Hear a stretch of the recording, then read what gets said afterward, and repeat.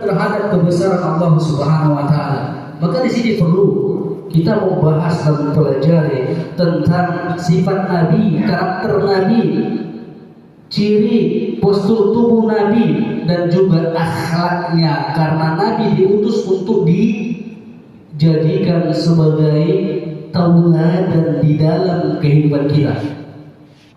Yang mana Nabi juga adalah panutan kita dalam berbagai aspek di dalam beragama, mulai dari ibadah, mulai dari akidah, manhaj, dan juga tentang muamalah. Dan kita harus mencontoh Nabi, terkhusus muamalah di dalam berumah tangga. Itu juga harus mencontoh Nabi, bagaimana Nabi dengan para istri-istrinya, para istri-istrinya kalau Nabi, ya kan? Kalau kita dengan istrinya.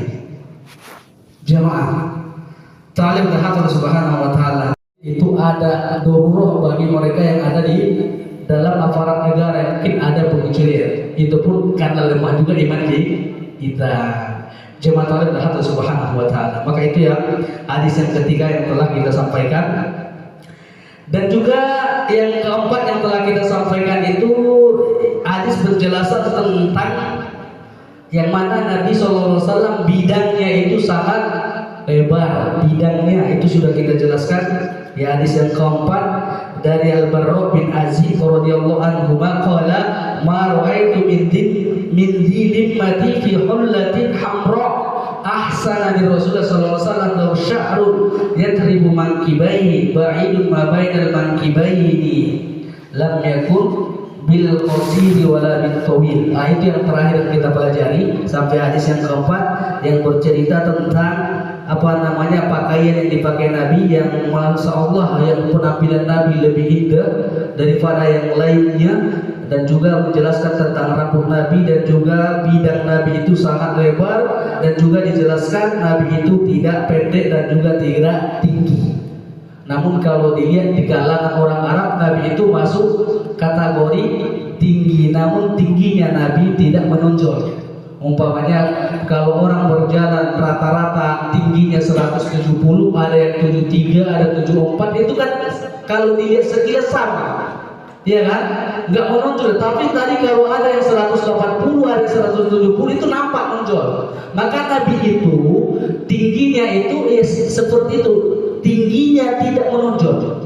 Tapi tidak dikatakan juga Nabi pendek, lebih mendekati kepada yang tinggi, intinya ideal.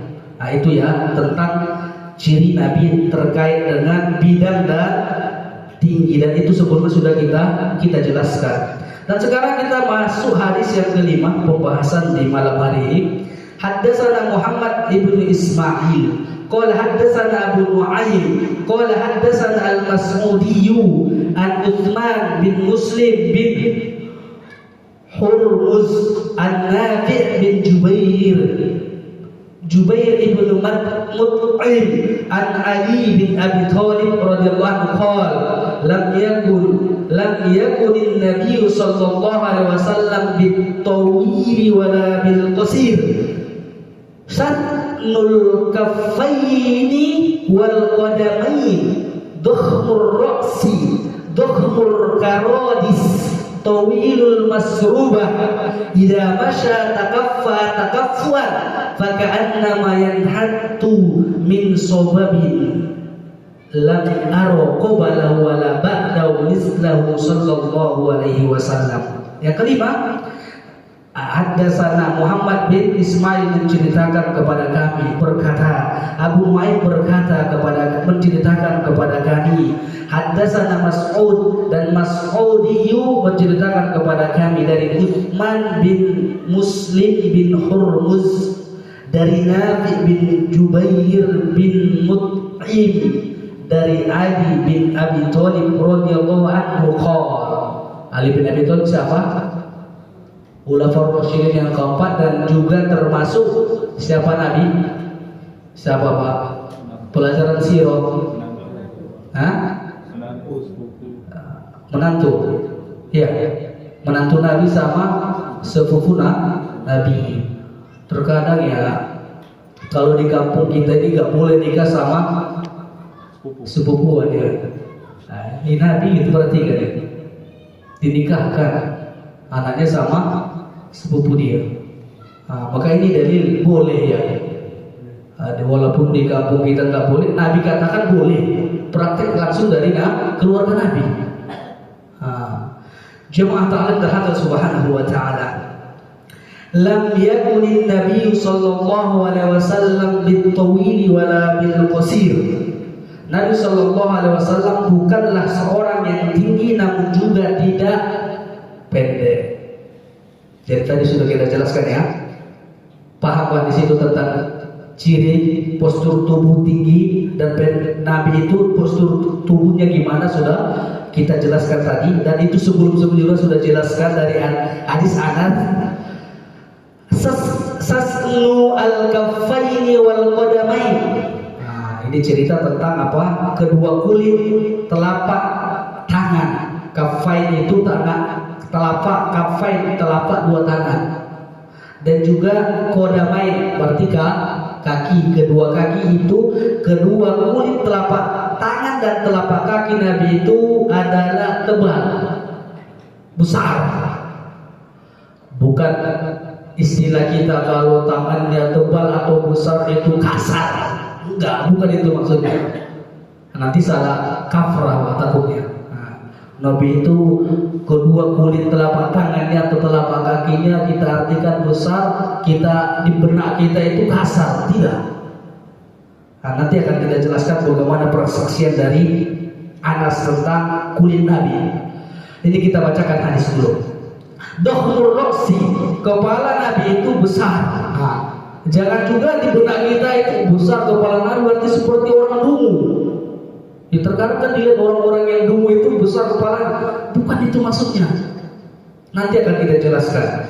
Dohmul karodis, persendian Nabi itu dohm besar. Tawil masrubah, dan juga memanjang rambut di antara dada dan pusarnya, di atas dada sampai pusar. Itu memanjang rambut. Nanti akan kita jelaskan bagaimana memanjangnya, apakah dia tersebar sampai ke mana nih namanya? Dada, apa sampai ke dada atau ada di sininya atau di sini, nanti akan kita jelaskan. Dan juga idza masya takaffuan ka'annama yanhattu min sabadi. Apabila beliau berjalan seakan-akan beliau sedang berjalan menurun dari anak tangga. Jadi dia menurun dari tempat yang tinggi. Berarti hati-hati gitu.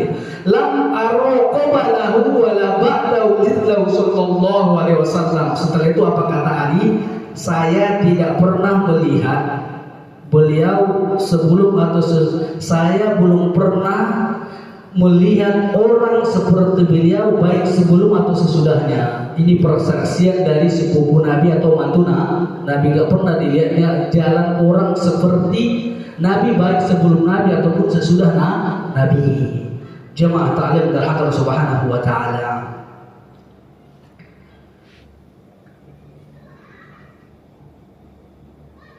Maka di sini dijelaskan, lam yakunin Nabi sallallahu alaihi wasallam bil-tawil wala bil-qasir. Tadi kita persaksian apa? Persaksian Ali bahwasanya Nabi itu tidak termasuk orang yang tinggi dan juga tidak pendek. Maksudnya di sini mutawassitul qamah. Nabi itu ideal, pertengahan. Tapi lebih condong ke dikatakan tinggi. Seperti itu ya. Wahadi sifat istaraf fi dzikriha, dan ini sudah dijelaskan yang sebelum-sebelumnya. Wa sasnul kaffaini wal qadamain. Tadi dikatakan sasnu itu diartikan adalah goliz. Goliz itu adalah besar, azim. Maka kedua telapak tangan atau kaki Nabi, telapak kaki Nabi itu besar. Besar ya, kulitnya itu besar. Diartikan di sini bukan besar yang dimaksud di sini kasar, enggak, tapi halus, lembut.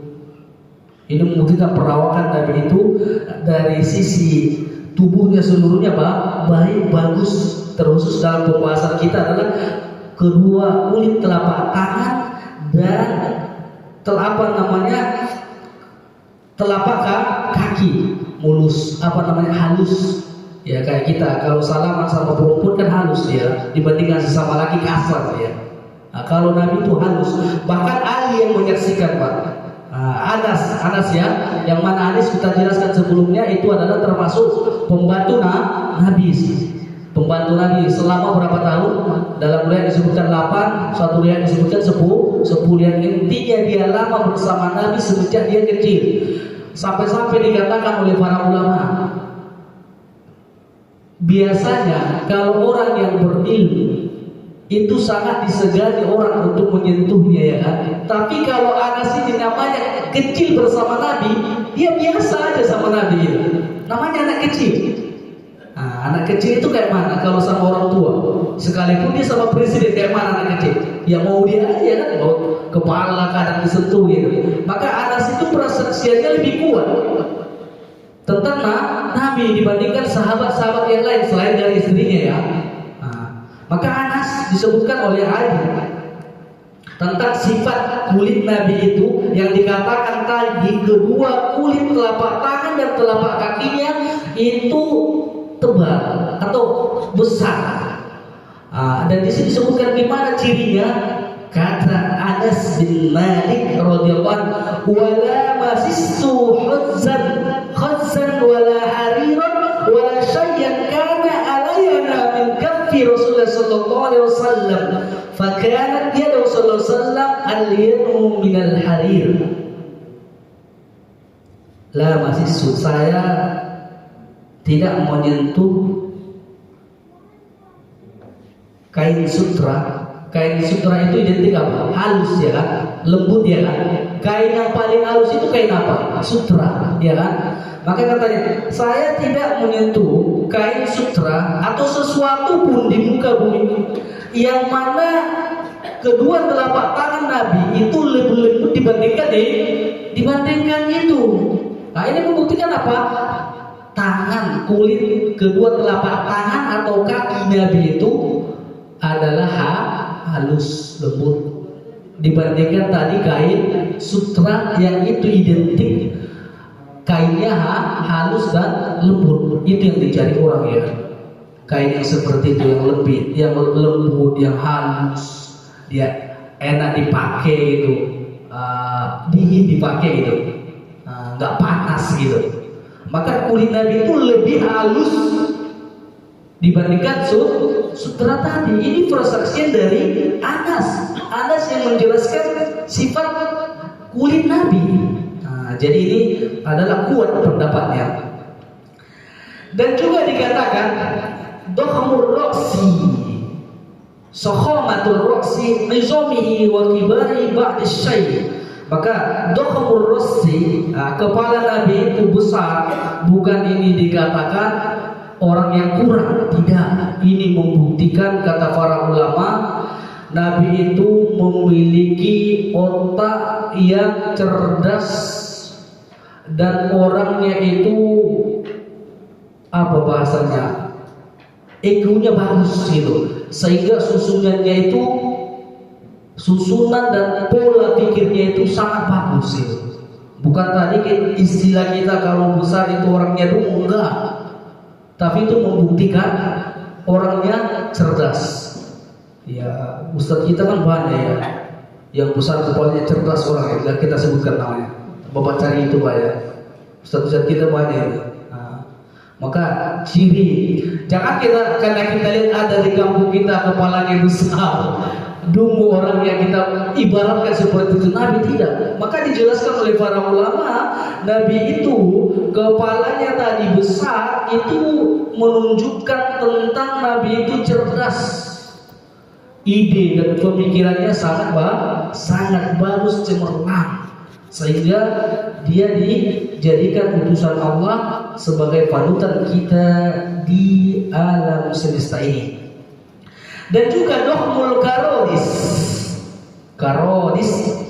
itu ya, karodis, itu tadi tulang-tulang persendian. Maka dijelaskan oleh para ulama, itu kalau tumbuh tulang persendian yang besar itu apa saja? Ini apa namanya? Bahu. Ini juga kan? Ini kan tumbuh persendian di kaki, lutut. Itu kalau Nabi itu apa besar, tulang-tulang itu besar. Ini menunjukkan Nabi kuat. Enggak, orangnya itu tidak loyo. Kan kalau otot-otot persendiannya itu kuat, besar kan kuat dia. Nabi itu kuat dia. Nabi itu kuat dan ideal, tubuhnya itu sangat bagus, orangnya sangat semangat, enggak loyo, enggak malas seperti kita malas ya, terus sholat pemalas gitu. Kalau Nabi itu tidak. Persendiannya tadi besar. Jemaat Allah Subhanahu wa taala.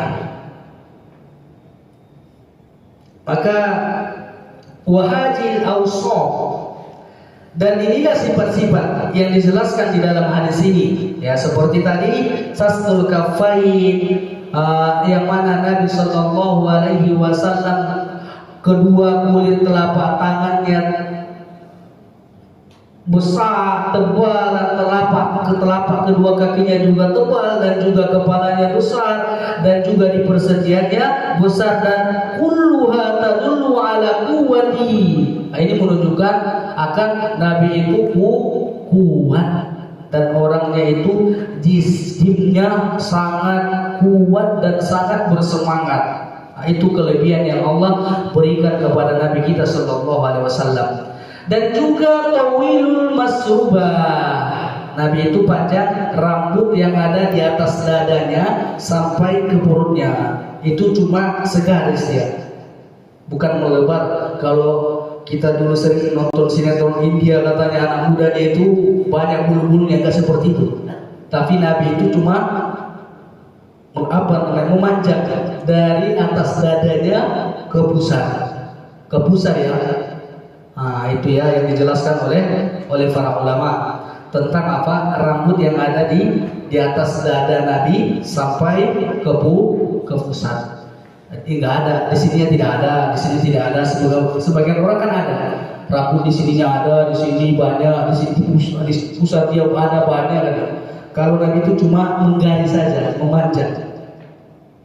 Itu ya yang dijelaskan dalam hadis ini. Dan juga Nabi apabila berjalannya itu adalah semangat, dan itu sudah pernah kita jelaskan. Jalan Nabi itu nggak seperti kita kalau berjalan dengar gerakannya itu dengar gitu.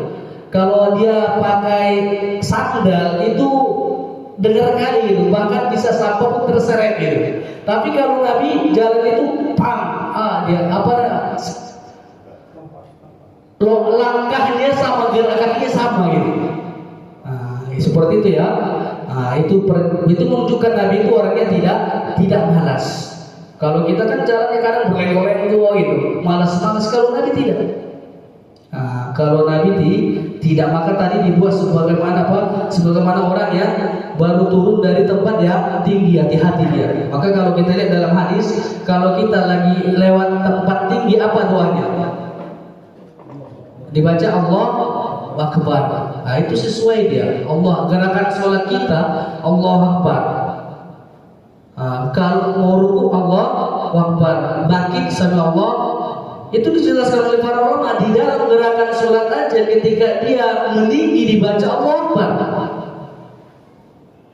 Ketika dia menurun dibaca apa?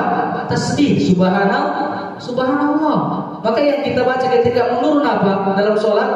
Subhana rabbiyal a'la. Ketika menurun subhana rabbiyal azim. Ketika menaik dibaca Allahu Akbar. Di dalam sholat saja ada gambaran hal itu dijelaskan oleh para ulama. Sebagaimana ketika kita berjalan di tempat tinggi baca Allahu Akbar, dan menurun baca subhanallah. Ketika kena lubang bismillah. Itu jangan lupa Pak. Jangan lupa baca itu.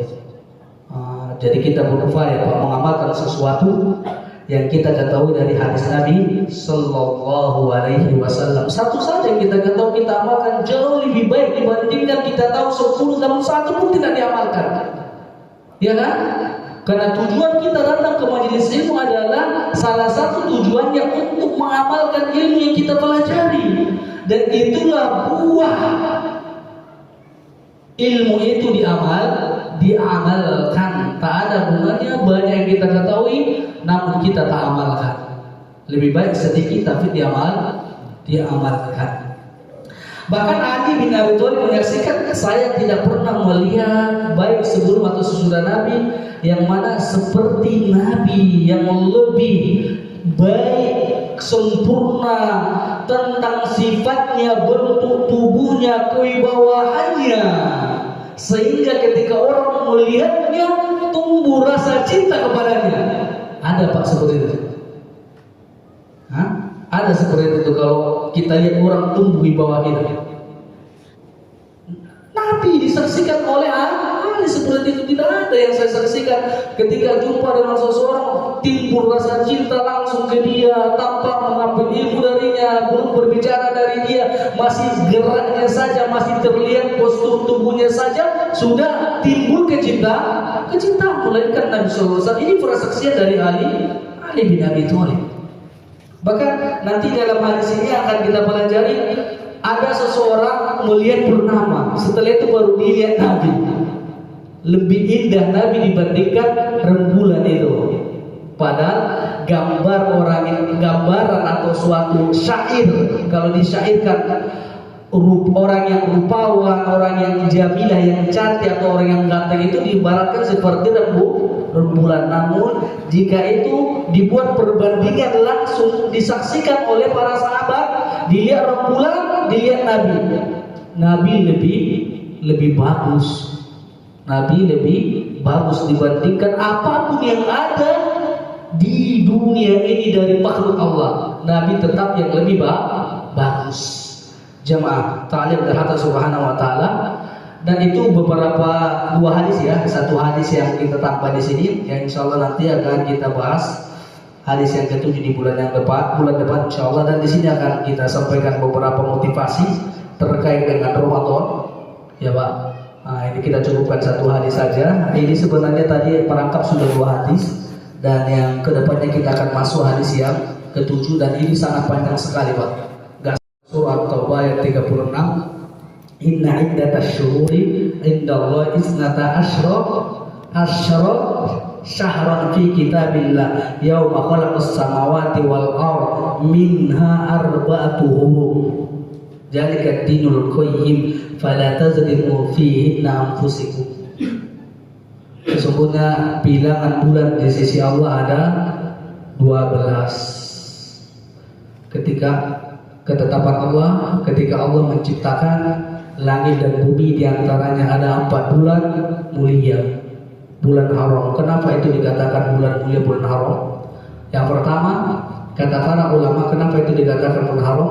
Di bulan itu kita tidak boleh perang, tapi kalau ada orang yang memulai boleh untuk dibalas. Dan yang kedua, kenapa itu dikatakan bulan haram atau bulan mulia?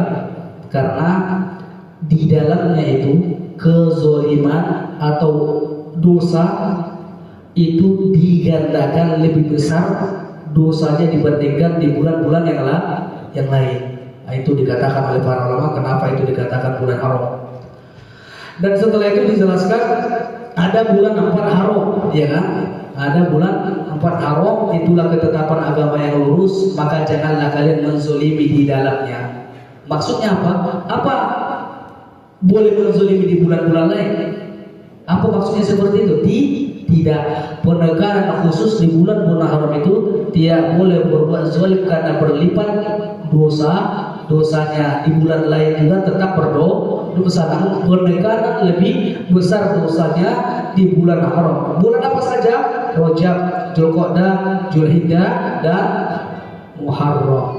Maka kata para ulama, bulan Rajab ini adalah bulan azhar, waktunya untuk menanam. Sedangkan bulan Sya'ban apa dia? As-suqi azhar, waktu untuk menyirami tanaman. Adapun Ramadan yaumah hasadi, hari membeti, apa yang kita tanam dan apa yang kita siram. Sekarang kita Pak, amal soleh udah sejauh mana kita tanam di bulan ini, kita lakukan. Apakah kita sudah memulai sholat malam itu kita jaga? Itu harus perlu latihan Pak. Karena nanti kalau di Ramadan itu udah bersama imam berjamaah itu lebih lama dibandingkan sholat sendiri. Ini harus kita mulai dari sekarang. Dan juga puasa sunnah harus dimulai. Tapi kalau kita bahas secara hukum puasa khusus di bulan Rajab tidak ada, namun yang ada dijelaskan ulama puasa atau memperbanyak puasa di bulan-bulan haram termasuk di bulan Rajab. Kalau dibuat pengkhususan tidak benar. Jadi harus kita pahami di Ramadan inilah mulai kita menanam dari pundi-pundi amal soleh, baca Quran. Karena nanti Ramadan itu adalah syahrul Quran, bulan Quran.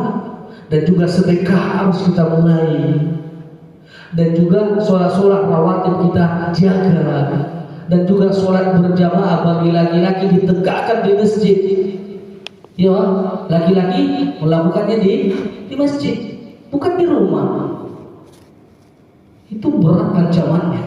Kalau kita lihat di berbagai hadis dari hadis Nabi tentang hukum melaksanakan sholat berjamaah, sholat fardu berjamaah bagi laki-laki, maka kita harus memulai dari sekarang. Nanti ketika itu masuk di bulan Syaban, kita sudah menikmati dari tanaman itu, sudah mulai bersemi di diri kita amalan itu, sehingga nanti masuk Ramadan tinggal hasil. Maka dijelaskan oleh para ulama bagaimana cara kita untuk menyambut Ramadan itu. Jangan salah kaprah dalam menyambutnya. Apakah perlu kita buat penyambutan takbir akbar untuk menyambut? Tidak perlu. Maka dijelaskan oleh Syekh Albani, Syekh Ibn Baz rahimahullah, beliau jelaskan sambutlah bulan yang mulia itu yang pertama bil farhi was surur, dengan kebahagiaan, dengan kegembiraan dan kesenangan. Kita harus bergembira. Kalau kita tidak bergembira menyambut Ramadan, menyambut bulan Ramadan, mungkin sulit bagi kita untuk mengamalkan amalan-amalan yang ada di Ramadan. Maka kalau Bapak ada rasa benci di majelis ini, nggak mungkin Bapak hadir di sini, ya kan? Karena ada rasa kesenangan, kegembiraan. Maka begitu juga bulan mulia, jika itu kita sambut dengan kegembiraan, kesenangan, insya Allah nanti akan dapat kemudahan dari Allah. Maka kegembiraan dan kecintaan itu dulu kita tanamkan di diri kita sebelum melaksanakan perintah. Kalau kebencian yang kita kedepankan atau kegalauan, kekecewaan itu tidak terlaksana. Maka yang menyambut Ramadan itu dengan cara gembira, bukan hadis yang masyhur ya di telinga kita, di kalangan masyarakat kita yang mengatakan man farha bi uhuli Ramadan haramallahu jasadahu ala niran. Siapa yang bergembira dengan masuknya Ramadan maka haram neraka untuk dirinya. Ini hadisnya nggak betul hadis ini. Tapi secara umum amal-amal soleh atau bulan-bulan mulia atau bulan suci memang harus kita sambut dengan kegembiraan. Qul bi fadlillahi wa bi rahmatihi, kata Allah dalam surah Yunus. Maka kita harus sambut dengan kegembiraan, kesenangan, bukan dengan keluh kesah atau kecewa atau nggak semangat. Aduh, masuk Ramadan nggak bisa jualan nasi lagi di siang hari, nggak kuat lagi nanti tenaga karena nggak bisa makan minum lagi di siang. Bukan seperti itu, tapi sambut dari sekarang kegembiraan, kesenangan. Karena itu bulan kesempatan bagi kita untuk meraih 3 poin besar. Apa itu 3 poin besar? Bulan Ramadan itu kata Nabi adalah seluruhnya bulan rahmat, seluruhnya adalah bulan ampunan, seluruhnya adalah kesempatan bagi kita membebaskan diri kita dari api neraka. Salah kalau kita bagi 3. 10 pertama katanya bulan rahmat, 10 kedua ampunan, 10 ketiga pembebasan dari api neraka. Salah. Seharusnya cakupan itu bisa lebih umum, kok diususkan. Rugi gak? Ya rugi. Seperti orang berkurban, satu kepala rumah tangga, satu ekor kan udah mencakup seluruhnya. Ini dibuat satu-satu kan rugi seperti itu. Tahun ini atas nama bapak, tahun besok atas nama ibu. Seharusnya atas nama bapaknya sudah kena semua keluarga yang bersama dia. Paham maksudnya Pak? Nah, maka kita seperti itu. Ramadan itu semuanya adalah bulan rahmat, bulan ampunan, bulan pembebasan dari api neraka pada setiap anaknya. Maka untuk meraih itu, untuk mendapatkan itu, perlu adanya kegembiraan untuk menyambutnya.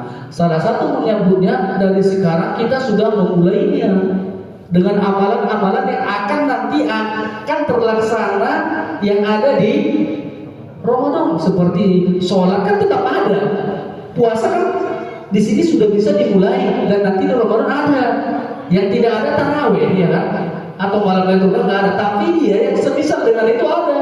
Sholat tahajud, qiyamul lail, juga baca Quran. Nanti Ramadan bulan Syahrul Quran, dari sekarang harus dimulai. Maka sambut dia kata saya bin Baz rahimahullah, sambut Ramadan itu dengan kegembiraan dan kesenangan. Karena dalil yang menunjukkan dalam hadis riwayat Imam At-Tirmizi kalau nggak salah, ya baghil khair akbil, wahai penyuruh kebaikan sambut dia, sambut Ramadan itu. Ya baghil syarr aksir, wahai para penyuruh keburukan, maksiat aksir, berhenti, bertaubat.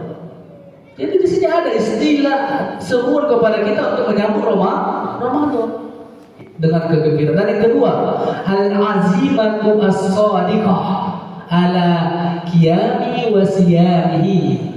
Dan kita harus ada azam, niat yang tulus, yang ikhlas untuk benar-benar nantinya jika Allah pertemukan di Ramadan, kita akan melakukan puasa dan juga membaca Quran, sedekah dan amal-amal soleh yang lainnya yang ada perintah di Ramadan. Sekarang ada ke azam kita, niat yang tulus. Kalau Allah jumpakan saya dengan Ramadan, saya akan menjaga sholat tarawih secara berjamaah mulai awal sampai akhir Ramadan. Ada azam, saya akan menghatamkan Al-Quran 3 kali minimal. Ada azam, tapi yang tulus ya, yang ikhlas. Nanti dijumpakan dengan Ramadan, aduh sekali aja pun enggak, bukan lembaran pun belum. Tapi kalau jus pokat jus ini tahu udah berapa harus dia, iya kan?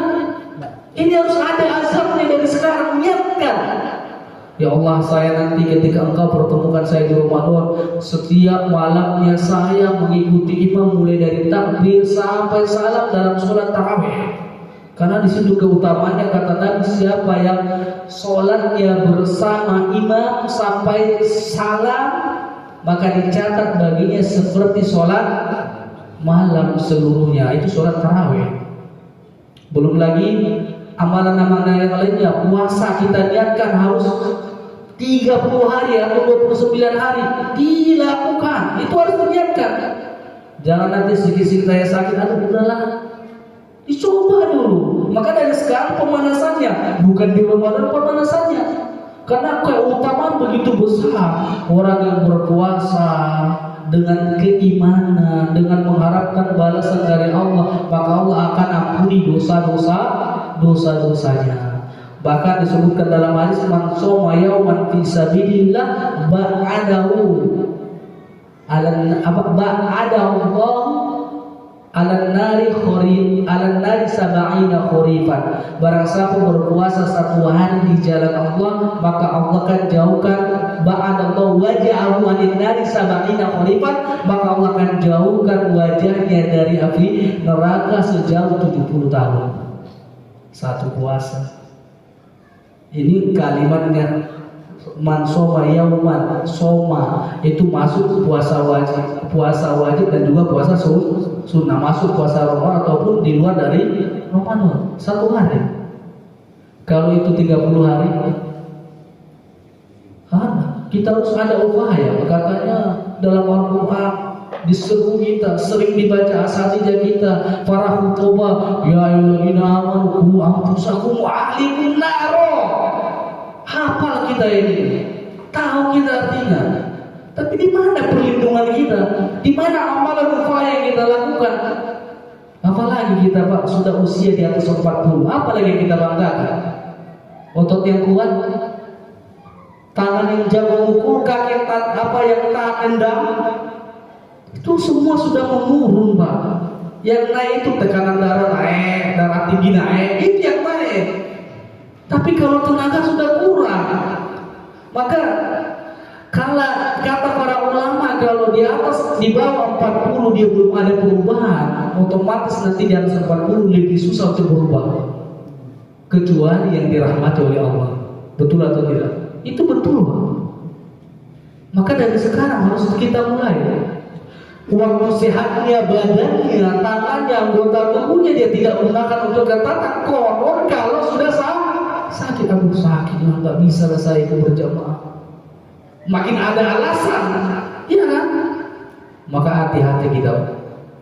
Itu teguran ya. Berapa lama lah hidup di dunia? Paling 40 tahun, 50 tahun, 70 tahun. Di antara kita ada yang 70. Coba bandingkan dengan di alam kubur. Ribuan tahun paling akan lebih lama di liang kubur dibandingkan di dunia. Kalau nanti di mahsyar ketika kita dikumpulkan, itu sekitar 50.000 tahun. Baru nanti masuk antara surga dan neraka, itu baru selama-lamanya. Jadi apa yang kita banggakan di dunia? Istri yang cantik, suami yang ganteng gak dibawa. Yang dibawa apa? Amal. Tapi kenapa kita tidak mati-matian untuk beramal soleh? Tapi kalau mencari sesuatu yang belum tentu dibawa mati, kita mati-matian. Maka kita harus merenung Pak.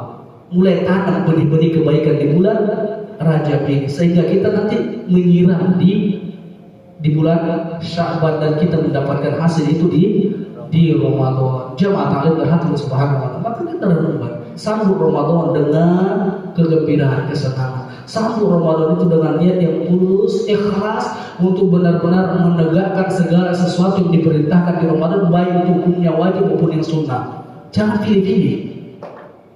Ini terkadang kita pilih ya kan, wajib tidak bisa tidak. Tapi kalau masalah yang sunnah makan atau belum makan tetap lakukan.